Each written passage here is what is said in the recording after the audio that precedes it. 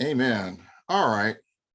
Well, tonight we're going to try something new and we'll see if it works or not. I had sent out an email to people about trying out a phone app. And so if you loaded it on your phone, that's great. If you did it, that's great because I'll be able to cover all three groups, those who have Droid phones and those who have Apple phones and those who don't have a phone with the astronomy app on it. So if you have your phone loaded with that stuff, go ahead and get it out, turn off the volume on it. And so we'll get ready to go here. Welcome to Old Testament History,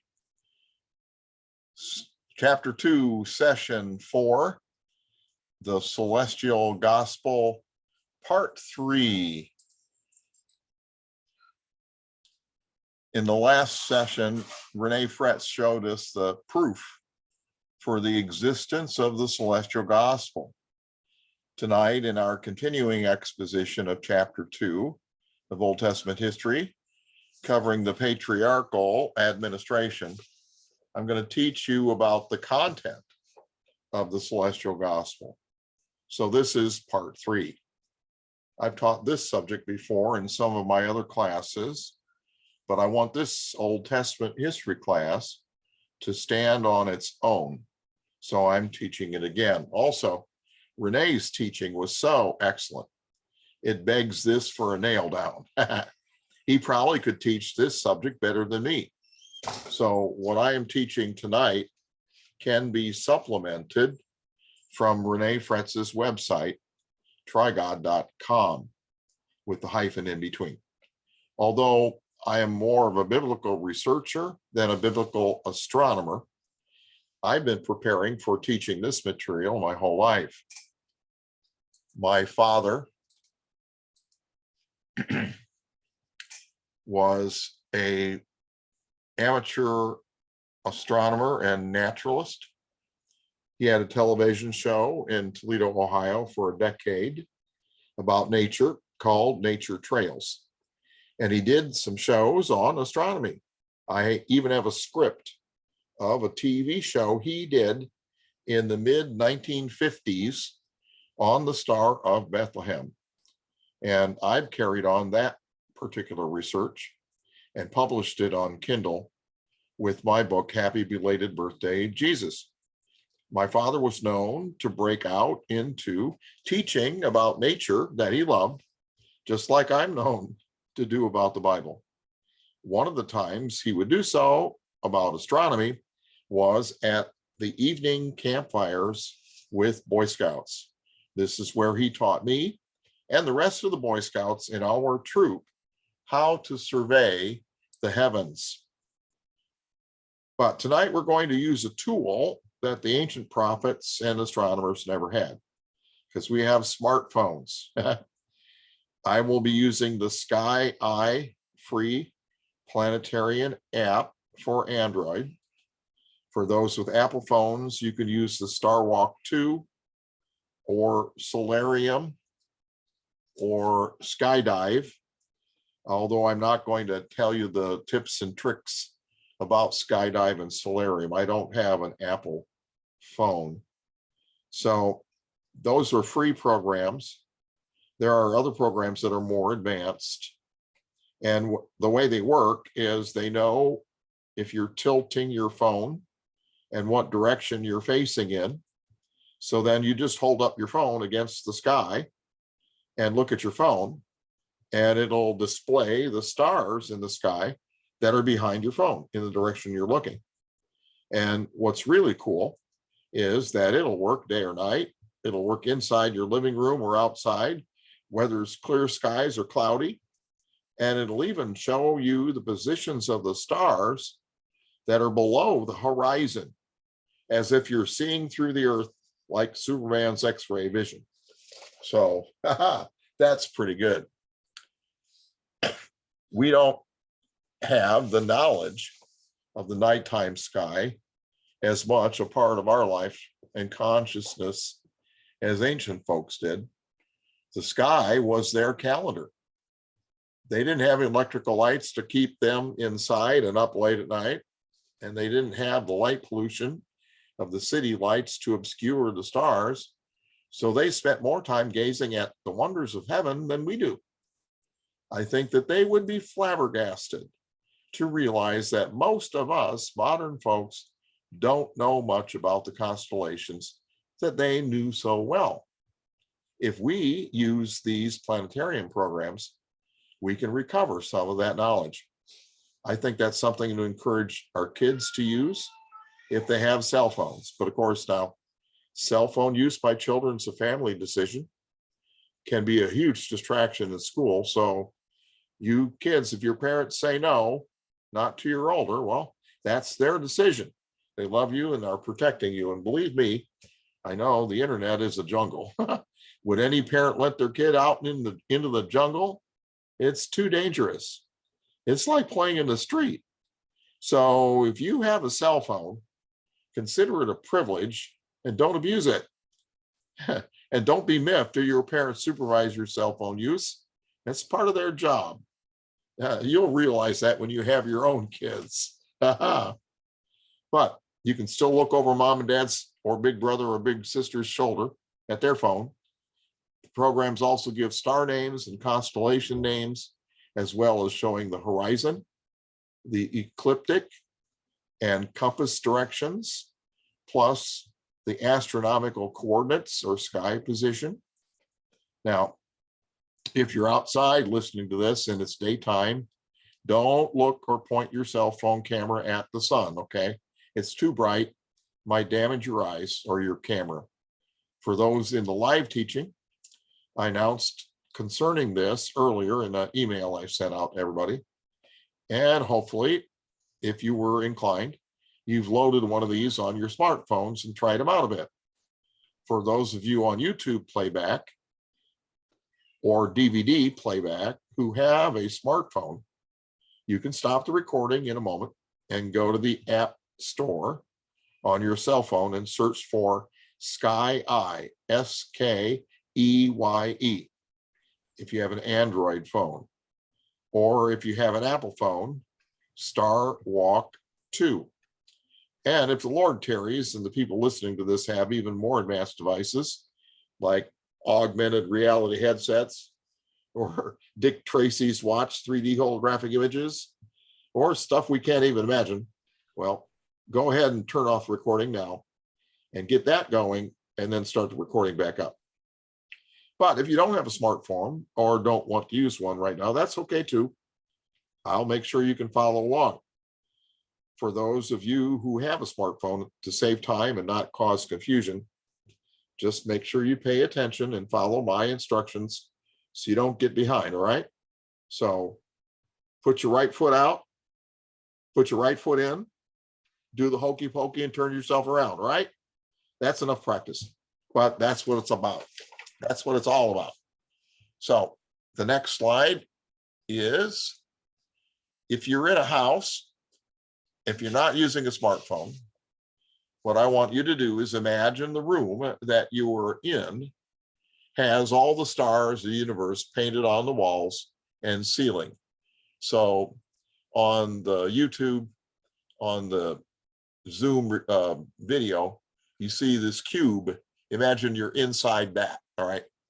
And so all around the room horizontally, that red line is the horizon. That represents the horizon. So what I'd like for you to do is look in the direction that the sun rises from, okay? Go ahead and do that now. That's east. Now, if you don't know that for the room you're in, that's okay. Just pick any spot and then imagine a green arc rising from there as if it is the sun's path in the sky, just like I have that green arc in the diagram, okay? It rises to its highest point, about 90 degrees, from where it started, and then falls back to the horizon on the opposite side of the room from where it started. Okay, and that's sunset in the west. The path the arc follows is the ecliptic, and the constellations of the zodiac are located along that path. Now, of course, it does continue to go around all the way and come back to its starting point, but that's below the horizon. So I only have represented the part that's above the horizon in this document. And I also will attach a star chart PDF for those who listen in on YouTube and don't want to use a cell phone. Anyway, back around the campfire after night fell, my father, the scoutmaster of our troop, would always start out at the Big Dipper. Now, you guys know where the Big Dipper is? It's in the northern sky. In Great Britain, it's called the Plough. It's pretty prominent. It's in the north. The sun rises in the east, sets in the west. So north is always to the left of east if you're facing the sunrise. Now, I'm a good Boy Scout, and I always seem to know what direction north is. So when I give travel instructions, like I say, like, turn east, and my wife says, don't tell me directions from the compass. Tell me right or left, all right? But if you have your smartphone set up, go ahead and start whichever program you have by pressing the icon on your screen, all right?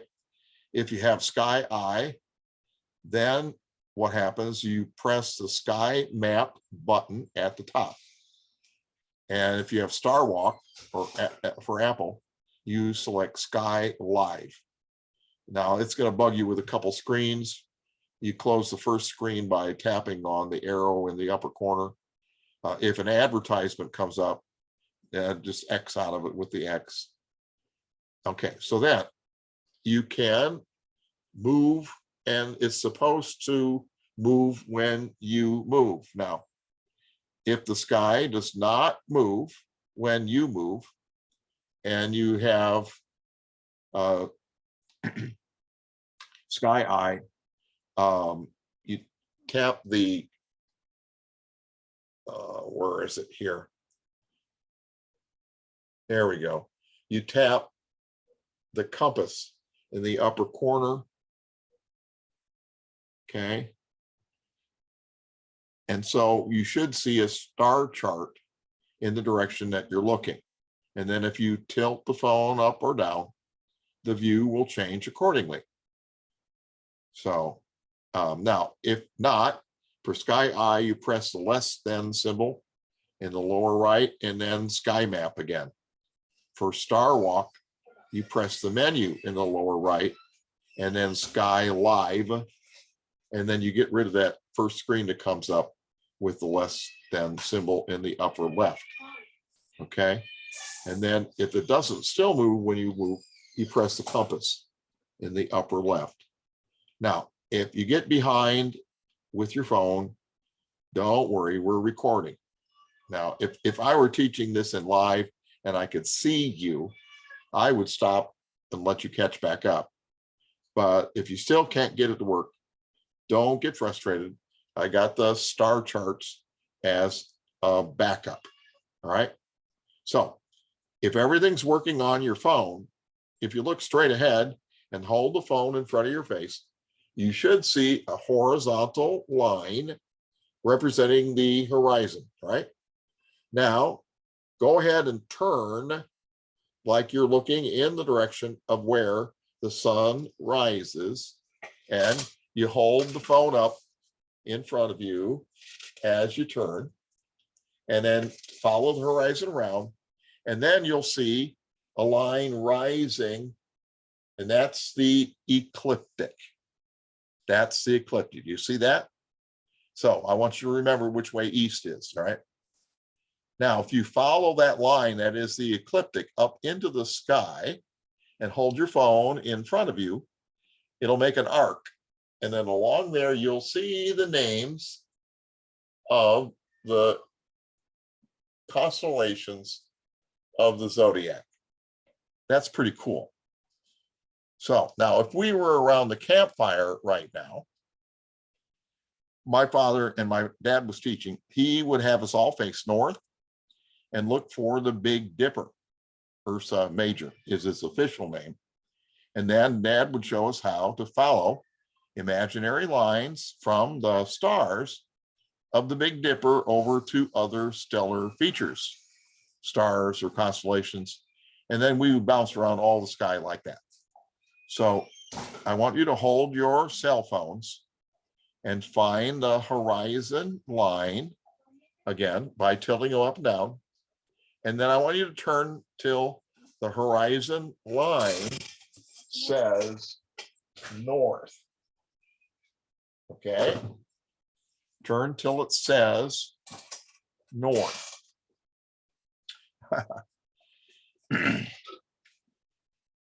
Now, I want you to look up until you see the Big Dipper or Ursa Major on your phone. You should see the constellation Ursa Major. All right. And then you'll see the dippers. If you move your finger around on your phone, it'll stop the motion as you move. And then you can drag your finger on your phone and it'll move the sky under your finger. And then you can see Ursa Minor and Ursa Major. And there you can see the Big Dipper and the Little Dipper. All right. Now back on the diagram that I posted here, the Big Dipper and the Little Dipper are roughly oriented in that fashion. And so the Big Dipper usually is easiest to find at night in the sky in the north. And so you find the Big Dipper first, and then you take the two stars in the Big Dipper that are opposite the handle, and you follow them. And as you follow them up, the next bright star that you run into is Polaris. That is how to find Polaris at night. And Polaris is the end star in the handle of the Little Dipper. Okay. Now, for those of you who are listening south of the hemisphere, the most obvious constellation in the southern hemisphere that you can use is the Southern Cross. It's very bright. You should be able to find it easily. And then to find the South Pole area of the sky, you follow a line down from the two brightest stars that are furthest apart, and you follow that line down. But there's no South Pole star like Polaris is a polar star. So tonight I'm going to take you on a different tour than what my father would. I'm going to duplicate what the prophets of old would do thousands of years ago in the Middle East. I believe the prophets would do the same thing, using the skies as a mnemonic to teach the celestial gospel. This is because the word was written during the time of Moses. Before that, and it still is, written in the stars. I will be teaching three groups tonight: those with Droid phones, those with Apple phones, and those with no phone. Okay, so here we go. Let's please turn to Psalm 19. Psalm 19. I'm going to show this to you on your phone. All right. Psalm 19, verse 1. The heavens, that's plural to emphasize their greatness, declare the glory of God, and the firmament shows his handiwork. Day unto day utters speech, and night unto night shows knowledge. There is no speech nor language where their voice is not heard. Their line is gone out through all the earth, and their words to the end of the earth. In them hath he set a tabernacle for the sun, which is as a bridegroom coming out of his chamber and rejoicing as a strong man to run a race. His going forth is from the end of the heavens, and his circuit unto the ends of it, and there's nothing hid from the heat thereof. This passage in Psalm 19 is talking about the constellations on the ecliptic. The Mazzaroth is the Hebrew word for zodiac. That's the English word. They are asterisms or constellations along the line spoken of, that ecliptic. I will now use the planetary program on your phone to explain the phrase, quote, in them hath he set a tabernacle for the sun. All right. So do you remember which way east was? Okay. So if your phones are still moving when you move, turn to the east and then tap your phone to freeze that movement. All right. Then, if your phones are already frozen, find the ecliptic, okay, or the horizon, either one, and go all the way around to the east. So we're going to start there. All right. So now I am facing the east, and then find the ecliptic, that line that goes up. Now hit your phone, tap your phone, and it'll freeze the movement. So now it'll move when you drag your finger. And so drag your finger up, follow the ecliptic, keep on bringing it all the way up and around. Keep following it until you see the sun, the symbol for the sun. Okay. So follow the ecliptic all the way around until you see that symbol for the sun. Now, to the left of the sun, do you see Gemini? If you're using the Droid phone, it looks like two stick figures. If you're using one of the Apple phones, they will have a representation of the twins there. Okay. Now, if you drag your finger to the left and move the screen over, then you'll run into Taurus, the next sign. So the sun right now that I'm recording this in month of June is in between the twins and Taurus. Okay. So it said that there is a tabernacle for the sun. Okay. So the ecliptic is the arc that the sun follows in the sky. Behind the ecliptic as the sun moves are the 12 signs of the Mazzaroth.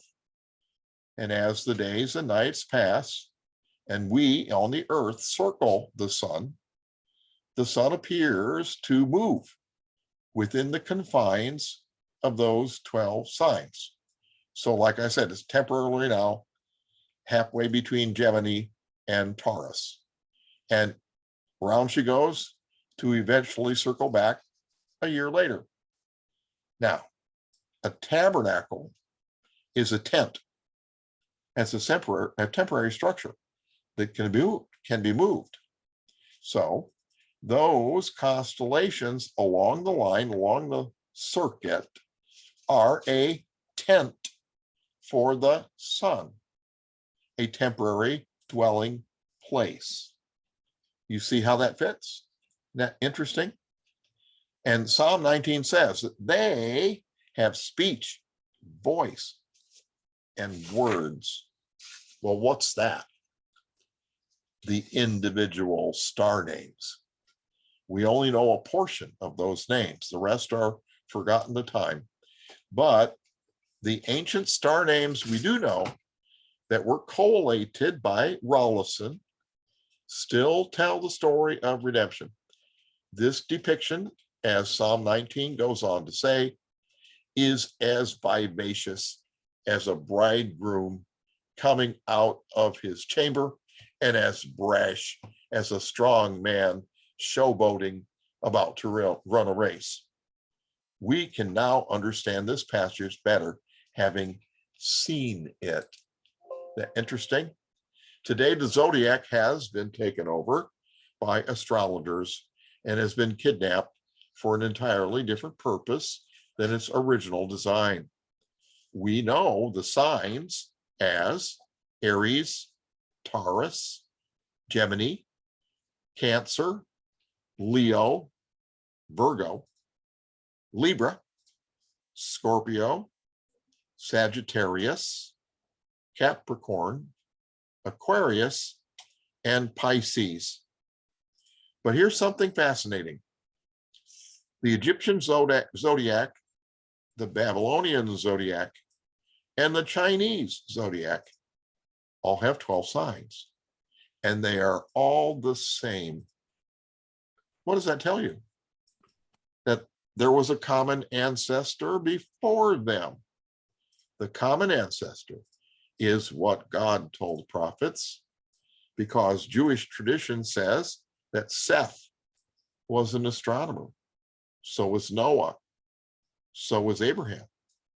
They used the stars as a mnemonic, an aid to memorization, to tell the story of redemption. Virgo is the Virgin Mary. Leo is the Lion of the tribe of Judah, etc. Isn't that amazing? They're all in the sky. And what's really neat about this is the star names in each of the constellations in Semitic languages tell the story of redemption. So at night, I believe that Abraham would sit around the campfire with his people and take a tour of the heavens, just like my father did for us Boy Scouts. Isn't that neat? I was at many campfires. So I think they would tell the story of redemption in that setting. It's not astrology, it's original, genuine astronomy. Renee taught us about that and debunked the critics' objections in parts 1 and 2 of the celestial gospel. So in volleyball terms, he set it up so I could spike it. So there are 12 signs. They're in a circle. So where do you start? Remember what he said? Remember what Renee taught about the Sphinx, the body of a lion and the head of a woman. So that's the beginning and ending point. In fact, there even is a star named in Leo, which is the last sign, named Sarkam, which means joining. That is the joining place for the circle. Else, if we didn't know, where would you start? What sign would begin the story? See, so this is the beginning place. It starts with Virgo and ends with Leo. Virgo is a woman bearing a branch in her right hand and some grain in her left. This is the promised seed of the woman. And there is a star in Virgo named Virgin. There's also a star named the branch, which is Jesus's nickname, the sprout, the Semach, T-S-E-M-A-C-H. And that star is in the grain.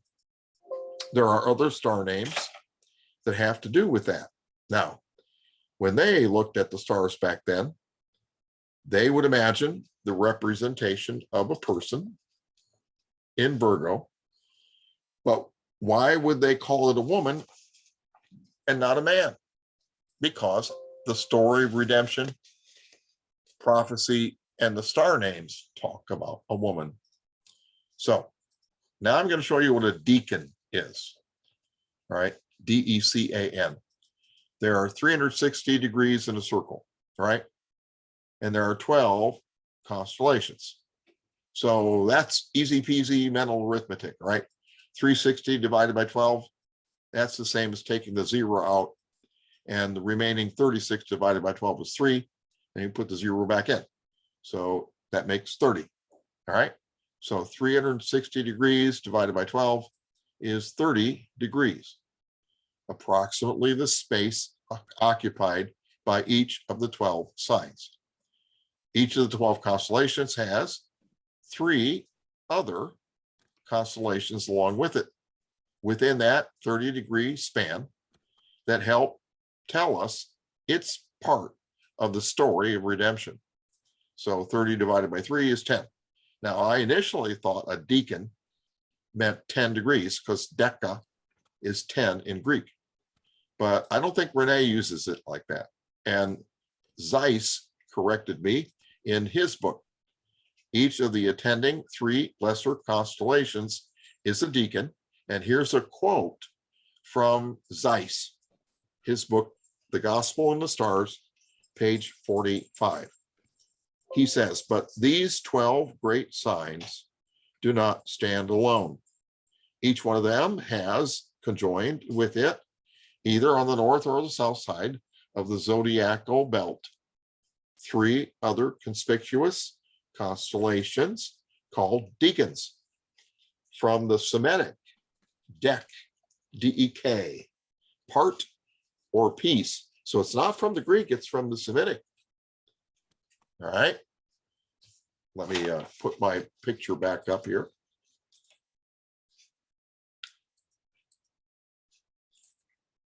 Sorry about that. He goes on to say, Abu Mazar, sometimes called Abu Mashar, was a great Arab physician and astronomer who lived about 1,000 years ago, whose minute and learned writings on the subject have been commented on by Ibn Ezra as of the highest authority, refers to the deacons and their houses.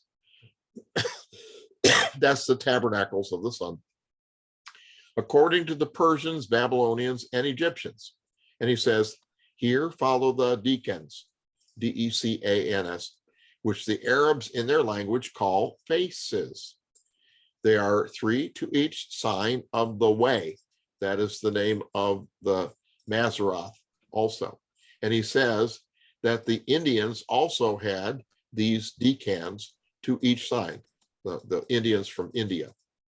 And Ibn Ezra quotes, according to Abu Mashar, none of these forms from their first invention have varied in coming down to us, nor one of their words, names changed, not a point added or removed.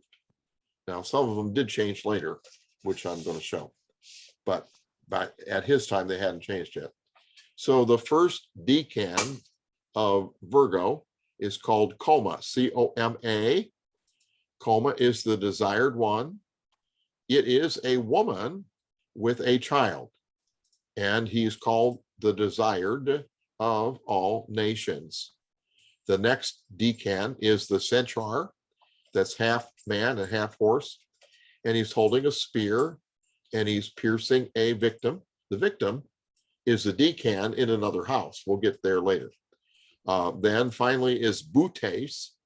This is a man with a spear and a sickle.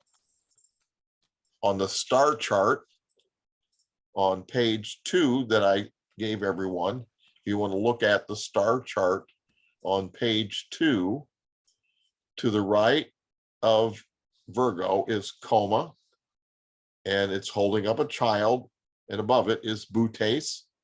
And then on the other side of the ecliptic is Centaurus, the half horse, half man with the spear. So you phone folks, we left you at Virgo. So what I want to do is, well, I left you actually at the twins. So what we want to do is move to the sky over towards the right by dragging your finger to the right along the ecliptic until you get to Virgo on your phone. All right. You should be able to do that with the program, not moving it as you move, but just dragging your finger on the screen along the ecliptic until you look at the signs going by until you see Virgo, all right? So once you see Virgo on your phone, then drag it downward, and above Virgo is Coma. Now it's called on your phones probably Coma Bernices, all right? I'll explain that in a little bit. And then if you see Coma Bernices and put your finger there and drag it to the right a little bit, then you'll see Butes, all right? Now then the Centaur, I believe, is underneath. Yeah. So what you do for Virgo is you move it up on the screen, and the Centaur is below it. So that's how they fit in real time. So now we're going to take a look at the decans. Okay. The first decan of Virgo is Coma. So now if you're using Star Walk, or some of the other programs, it might not be the mother and the child. If you see on what I have on the screen in the lower right corner, that is the original, the mother with the child. You see that? Bullinger cites this as an example of some cultures perverting the original meaning of some of the signs by adapting them to their theology. The Egyptian queen, Bernice, she was one of the Ptolemies, Ptolemy, made a vow and dedicated her hair for a wig in an Egyptian temple. And then the wig was stolen and she was very distraught. And an Egyptian astronomer comforted her by claiming the gods took it and it became a constellation. Yeah, right. So that's where Bernice's hair replaced the mother and the child. But an older depiction of the zodiac from at least 2,000 years BC from the temple of Dendera has no wig. It has the woman and child. Now, this depiction of the zodiac is the Dendera zodiac that Renee often mentions. So it is an existing zodiac that's ancient, that is in an Egyptian temple. Now, on the star chart on your phones, straight up from Virgo is Butes and Coma. Star Walk has that other symbol for Coma, which is Bernice's wig. And then you can drag your finger around like I explained and see all three of the decans for Virgo. See, what I'm doing is I'm combining information from Renee's teaching, from Ralston, from Zeiss, and from Bullinger. So Virgo, the virgin, the woman's name in Hebrew is Subila, which means who bears. The infant's name in Hebrew is Coma, meaning the desired. And then Bullinger gives the following information. Abu Fargus, a 13th century Arab Christian historian, said that Zoroaster was a pupil of Daniel, the prophet. Zoroaster's from Persia. And Zoroaster predicted to the Magi. Remember who the Magi are? They are the astronomers of Persia, several generations later, who came to Bethlehem, the same Magi. He predicted to the Magi that they would one day see a new star appear in the sky, and it would notify of the birth of a child who they were supposed to adore.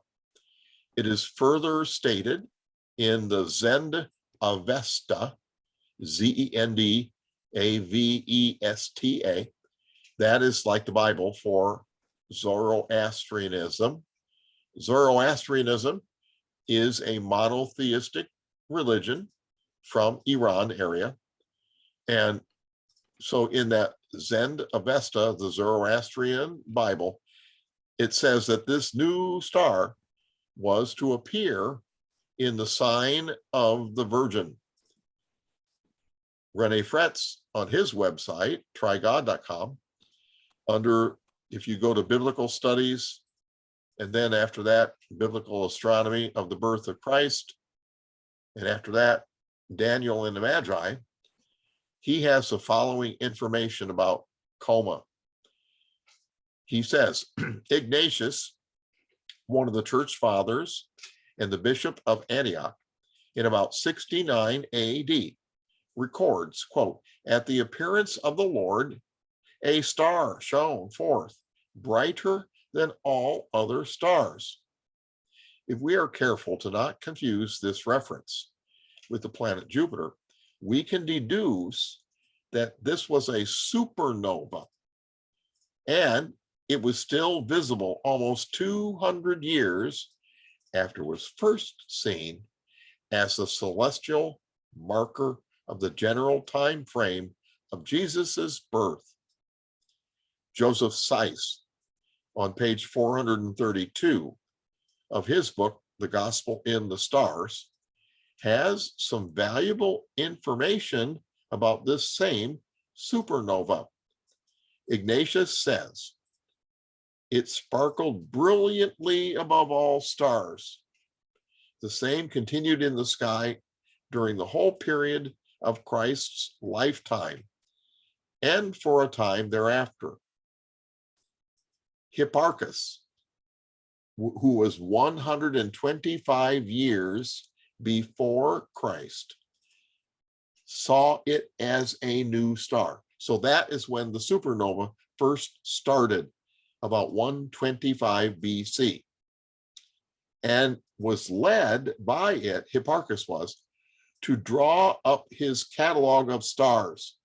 So this was such a big thing, it motivated him to draw up a catalog of stars.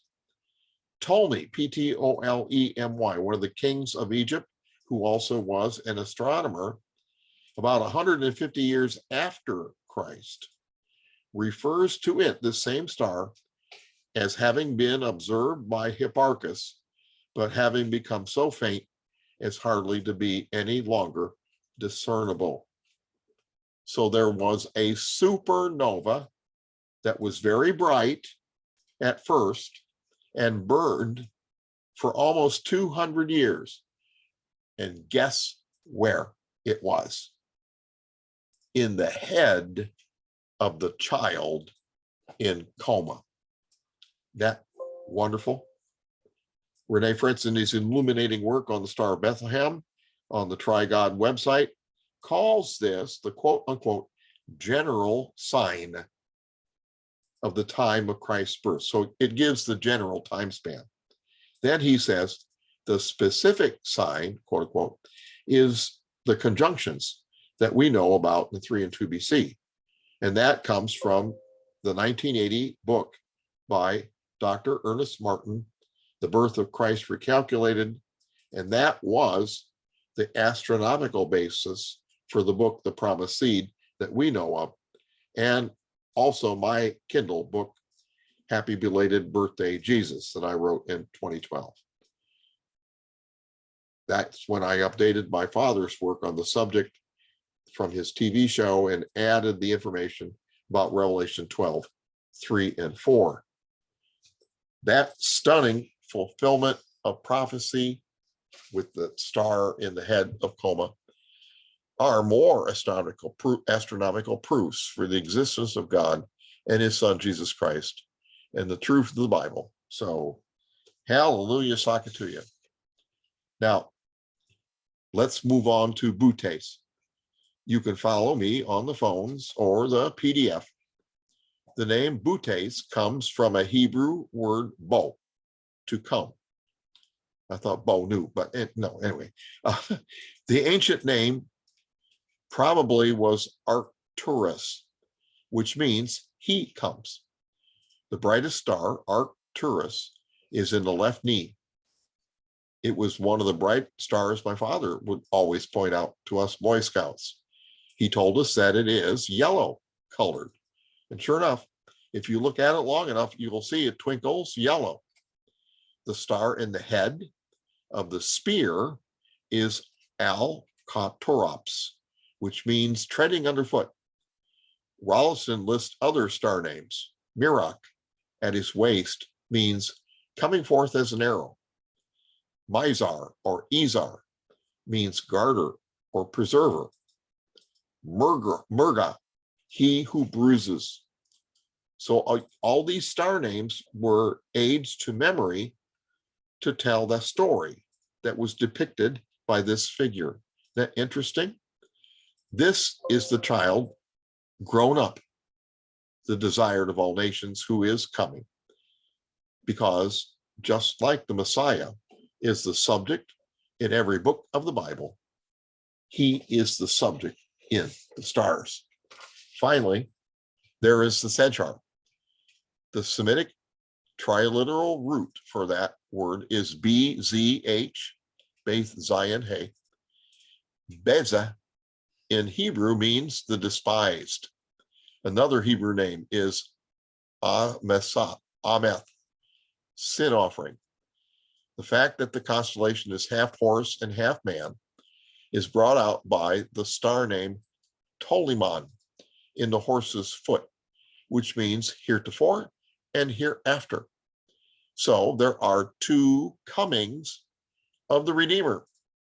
One is a man despised as a sin offering, and the second as a swift conqueror, man, horse. This is the key perspective that reoccurs in the sky. So now follow along with me on your phones or the star charts. The second chapter in the story is Libra, which is the scales. And that is the price that the Redeemer had to pay. Then the deacons that go with it are crux, a cross, lupus, a victim, and corona, a crown. So he will die, be sacrificed, and win a crown. Hebrew word for this constellation, Libra, is mozanim, the scales weighing. In Arabic, it is al-zubina, redemption. The three bright stars in the constellation tell us what this sign means. Zuben al-Genubi, which means the price is deficient. This refers to the state of man. Zuben al-Kamali, the price which covers, which refers to the Messiah's sacrifice. It has another name, al-Gubi, which means heaped up. That's the hugely expensive value of the price. Then the third bright star is Zuben al-Karab, or Akrab, the redemption of the conflict. Now we bring in the deacons. So here's the deacons. The first deacon in Libra is the cross. It's under the Centaur, who was the deacon from Virgo. So that proves that the deacons are not just merely 10-degree divisions. They're parts, because it comes from that Arabic word dek for part. But even though the Southern Cross is very close to the Centaur, it's obvious that it must be thought of as its own entity. It could never be confused as being part of the Centaur. Why? Why can I say that? Because it contains some of the most bright stars in the whole sky. Sailors who sailed the southern hemisphere told of a spectacular cross-shaped constellation. It is stunningly beautiful and so captivating that it is depicted on the flags of Australia, New Zealand, Samoa, and Papua, and it is near the center of the flag of Brazil. So it stands on its own. Zeiss put it beautifully, quote, "It stands among the starry symbols of the ancient astronomy precisely as it stands in our blessed Christianity. It was placed there as a sign of that holy prophecy that had declared should come, just as we reverence it as a sign of what has come in Christ, Jesus Christ of Nazareth, the Redeemer of the world. It is the cross of Calvary prefigured on the sky in token of the price at which our redemption was to be bought," unquote. Now, I know that some people believe that Jesus died on a stake and not a cross. I wonder, because I consider what Thomas said. John chapter 20, verse 25. John chapter 20, verse 25. The other disciples therefore said to him, "We've seen the Lord." But he said to them, "Except I shall see in his hands the print of the nails, and put my finger into the print of the nails, and thrust my hand into his side, I will not believe." Now, if Jesus's hands were nailed above his head with one nail into the stake, then the word nail in verse 25 would be singular. Whoa, Nelly. I'll let that be argued out later. I need to move on to the next deacon, which is Lupus the victim. In the zodiac, it's represented by the wolf, but it could be any animal. The Greek name for the constellation is Thera, a beast. The Hebrew name is Asada, Arabic Asadatan, which both mean slain. We've lost the star names, the other star names in this constellation. Finally, the third deacon for Libra is the crown. One of the features of the signs with their deacons is that each one ends with glory. The Hebrew name for the constellation is Atara, a royal crown. The Arabic name, Al-Itchil, Iklil, an ornament. The brightest star is named Al-Fakka, the shining. Okay, so now, of course, when the prophets told this, they would explain more and more of the details as God revealed them to them, because they knew about the coming Messiah. Now, at first, it wasn't written down. It was memorized. But this is another whole side to understanding the Bible. It was not written as a book detailing all the things they believed in some kind of logical order, like a textbook on systematic theology. They believed what they believed, and the prophets and priests and teachers taught millions of teachings that never got written down. What was written in the context of the major themes of the Bible we follow, like the timeline of the history of the Jews, or the theme of the promised seed, the rise of the promised seed of the woman, the Christ line. Ultimately, all the things that they believed were written, but they were scattered throughout the historical framework as they appropriately became relevant to support the material. So that is why we cannot be one verse Charlies. We must match up all the verses on a topic, unscatter them, so to speak, and then look at them all together to see the whole picture. All right. The fourth sign in the circle is Scorpio.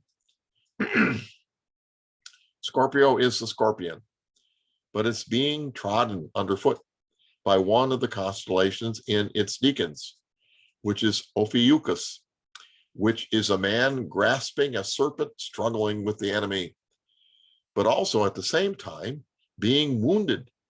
And also stepping on the scorpion's head. Wow.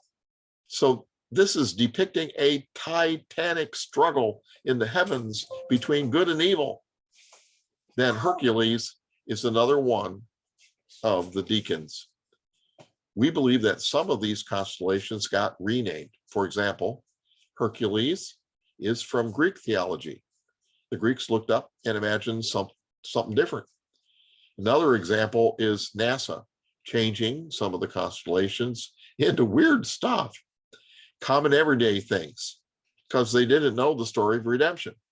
Or they added constellation names for sets of stars that were never used in the ancient story of redemption. And that fact is actually proof that the zodiac was meant to relate a story and not just label every collection of stars in the sky. The Greeks didn't know the Hebrew story of redemption. So the Greeks renamed it Hercules, the mighty man.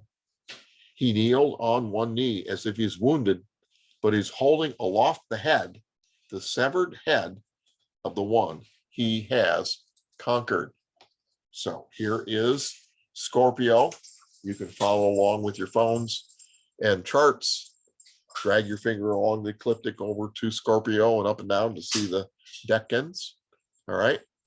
The Hebrew name for this constellation is Akrab, which is a kind of scorpion, but it also means war. The Coptic name for it is Isidis, the attack of the enemy. The brightest star in Scorpio is named Antares, which means the wounding, and it actually shines red. It's a red giant. One of the stars in the tail by the stinger is called Lesath in Hebrew, which means perverse.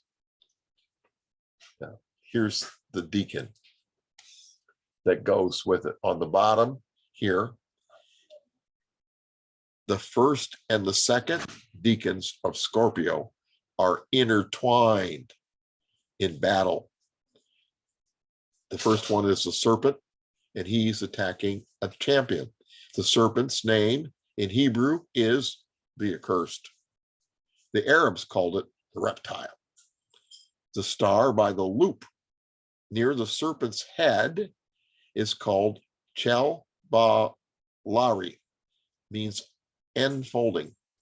Right under it is another bright star called Unak, encompassing. The second deacon is Ophiuchus, which in Semitic languages means the serpent held. The star by his head is Ras al-Haggis, the head of him who holds. The star Saif in his back foot means bruised.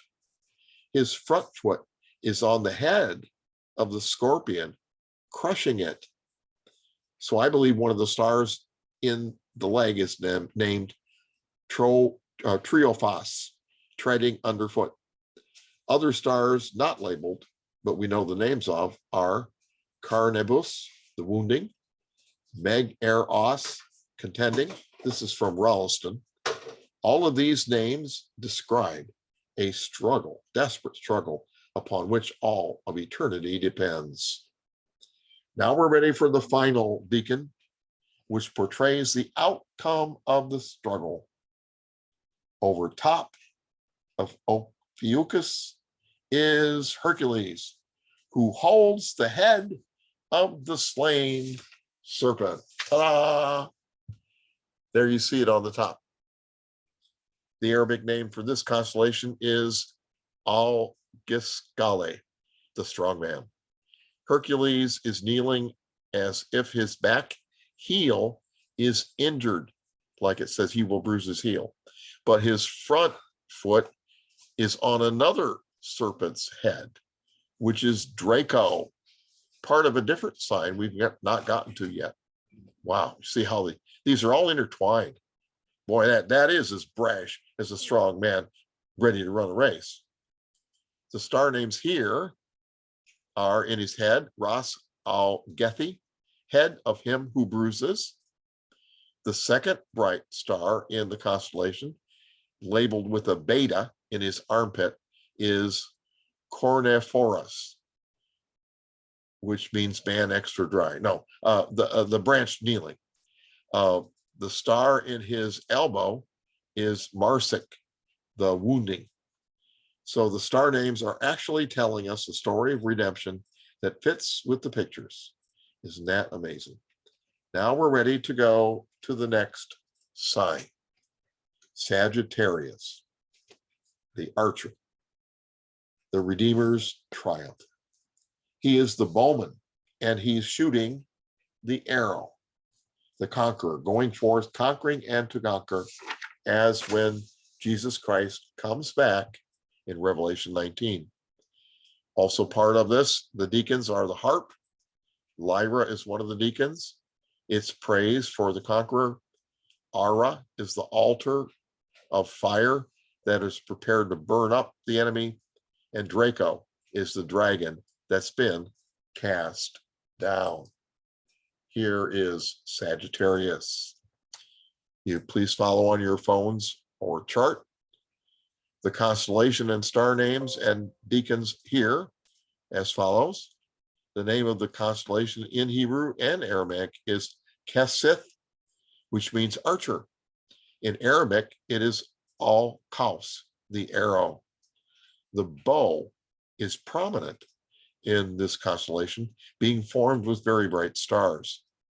The dual nature of the half man and half horse similarly symbolizes his two comings, just like the Centaurus does. The star names, according to Ralston, are Na'im, Hebrew for gracious, Nusbuta, going forth, and Terabellum, set forth swiftly. The Arabic names that have been preserved are El Shaula, the dart, and Urkab, or Rami, the bowman, the rider. Wow. Here are the decans. The corresponding decans are the eagle or lyre, the altar, and Draco, the dragon. What's really interesting is that there is something in every group of constellations that portrays something to do with the adversary and him being defeated. Scorpio, the scorpion, and Draco, the dragon, for example.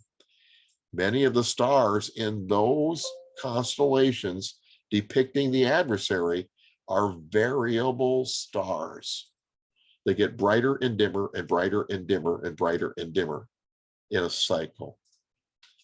Apparently, they're binary stars, which are pairs of stars that orbit each other. And so from our perspective, when they line up, they're brighter, and when they're not lined up, they're dimmer, all right? Or they could have debris around them, like asteroid belts orbiting that block the light. So there's dirt going around them that eclipses them from time to time. That's what makes them variable.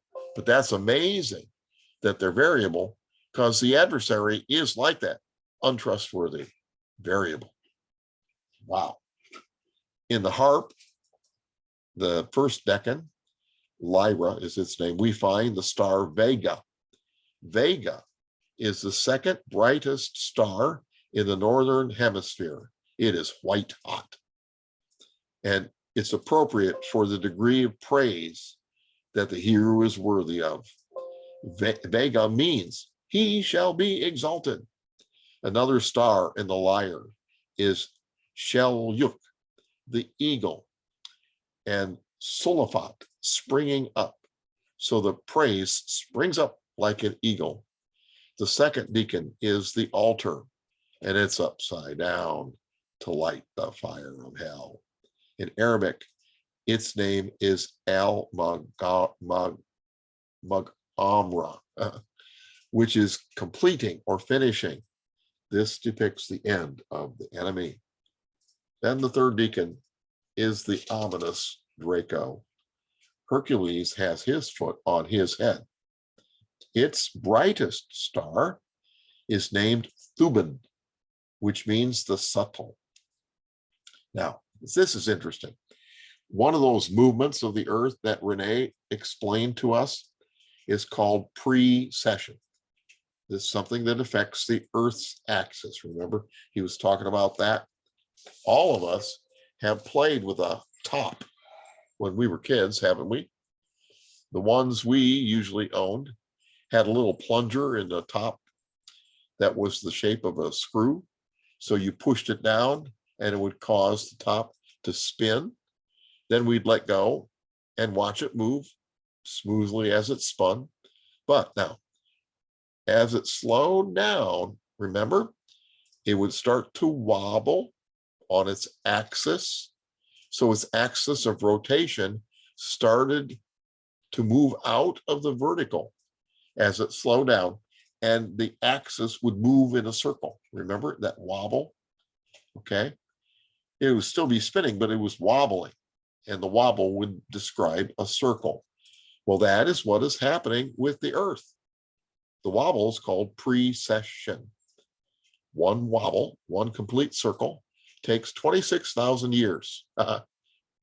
Well, that affects which star is the polar star that everything seems to revolve around. Well, guess what? Thousands of years ago, before the adversary fell, when he was God's right-hand man, Thuban was the polar star. But he messed up, and it ain't the polar star anymore. Polaris is. Well, how about that? He was second in command at God's right hand, and he messed up and he lost his pivotal job. Other star names are Ethenin, the long serpent, Grumian, the subtle, Giansar, the enemy punished. The Arabic names that have been preserved are Aldib, the reptile, El Athik, fraudful. Wow. It is significant that on the day that our Lord was born, we're back to Virgo now, the second sign in the heavens in Revelation chapter 2, verse 3 and 4, involved a serpent casting 1/3 of the stars, the angels, to the ground with his tail. Now, we knew about Revelation chapter 12, verse 1 and 2. The woman clothed with the sun and the moon between her feet. Well, now we understand what clothed with the sun is. Remember, the sun was wherever it was, and whatever constellations were behind it was the house for the sun. She was clothed with the sun. So that meant the sun was in Virgo. So we know what month it was. Okay. But then it said the moon was between her feet. Now, we know what year it was from the constellations. It was 3 BC from the conjunctions of the planets. So in 3 BC, when the sun was in Virgo and the moon was between her feet, was a 90-minute period of time on the Jewish New Year's Day, which was September 11th that year. That's when Jesus was born. But look down at the bottom of the picture here. You see the grain that she has in her hand. And right there by the grain is a bright star. And it's named Al-Zamak. That's the sprout. That is the star that represents Jesus. And some people believe, and I'm inclined to believe them, that when Spica set that night on September the 11th, 3 BC, was the exact moment that Jesus was born. Wow. But there was another sign that night, because it goes on to say in Revelation chapter 12, verse 3 and 4, that a serpent cast all the stars, 1/3 of the stars of heaven, to the ground with its tail. All right. There was the second sign. that night. There was a meteor shower that emanated from one of the tail stars in Draco. That fits the description perfectly. Draco circumspects 1/3 of the northern sky. The stars falling down from heaven certainly would be a meteor shower. Amazingly, there indeed are some meteor showers that have a radiant, that's the place where they emanate from Draco. And they are called the Eta Draconid meteor showers. There's 2 of them, a lesser and a greater. Eta Draconis is the 7th brightest star in the constellation of Draco. It is located in the tail of Draco. This star is easy to find in the northern sky using that method my father taught us in Boy Scouts. So we start at the Big Dipper. That's the constellation that most people recognize. So if you have sky eye, what you can do is you can look this up by name.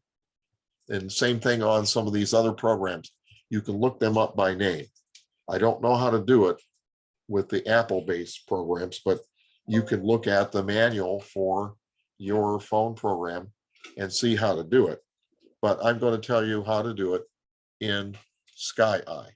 So you click the less than symbol in the lower right, and then it changes screens, and you see the search button. You hit the search button, and then in the name, you hit it once, and then it'll allow you to type. So Draco, D-R-A-C-O.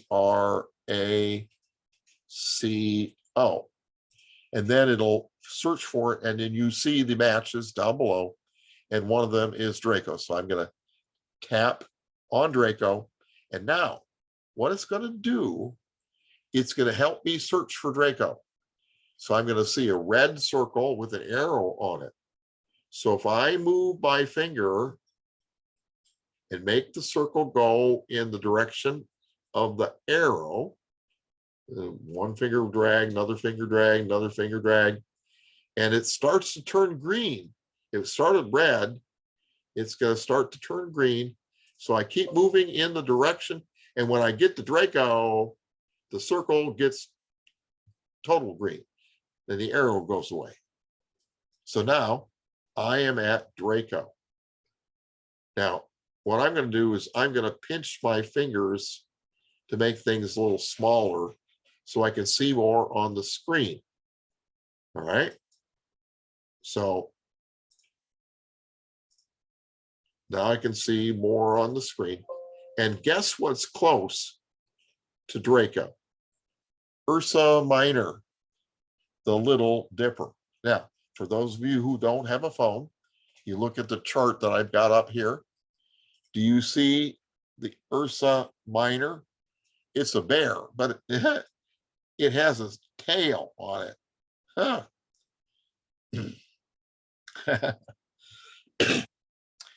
Okay, you see Draco there? That's the snake. You see the snake? And you see the little bear? Now, this brings something else up regarding name changes. Ursa is bear in Latin, but does that look like a bear? No, bears don't have tails like that, do they? So I think originally it was a different animal. The tail is definitely a major part of that constellation because it has those 3 stars in it, right? So I think it was originally a different animal. But if you take the bear out, what do you have left? The Little Dipper, right? At the end of the Little Dipper is Polaris, right? So now you take the 2 stars that are in the Dipper, that are opposite the handle in Polaris, and then you use them as pointers. And you use them to point down at Draco, right? So you follow an imaginary line formed by those 2 bright stars in the Dipper. Now, if you're looking at the bear, there in the leg and the shoulder of the bear. All right. And you follow those two lines straight down into the loop-de-loops of the dragon, and you run into a star that's right in between the two loops. That is Eta Draconis. All right. It is in the tail of the dragon. Isn't that something? So that's where the radiant, where the meteors came from. All right, now this Eta Draconis, the lesser meteor shower, is very faint today because it's not been replenished by a comet lately. So you can only see it with a radio telescope. You can't go out at night and see it. Also, it is a meteor shower that's best seen at night instead of early in the morning. And finally, it is documented on the internet. So if people say, Eta Draconis, that's a different meteor shower. No, this meteor shower occurs every year, September 9th through the 12th. So this is the meteor shower from which the 1/3 of the angels appeared to fall from. It was symbolic of that. That is just amazing. That's where the radiant, or the point in the sky where the meteors shower emanated that evening that Jesus was born. The shepherds saw the multitude of the heavenly host, the legions of angels. Well, they were dispatched for guard duty that night. The devil and his hordes were intending to swoop down and do the baby Jesus harm. But the angels were there to stop them, and they were singing, "Glory to God in the highest, and on earth peace and goodwill toward men." Draco was to the north of Bethlehem, and it was from there, later, Herod tried to swoop down and kill all the children Jesus's age, but God had warned them, and they'd escaped to Egypt. So there's 2 meteor showers associated with Eta Draconis. One's in February, the other in September. The September one is from an ancient meteor shower, and it occurs September 9th through the 12th. That's the 1/3 of the angels, and Revelation chapter 12, verse 3 and 4. So this will be the conclusion of the first third of the story of redemption in the stars. Please join me next week for the second 2/3 and the conclusion of the celestial gospel. Bless you.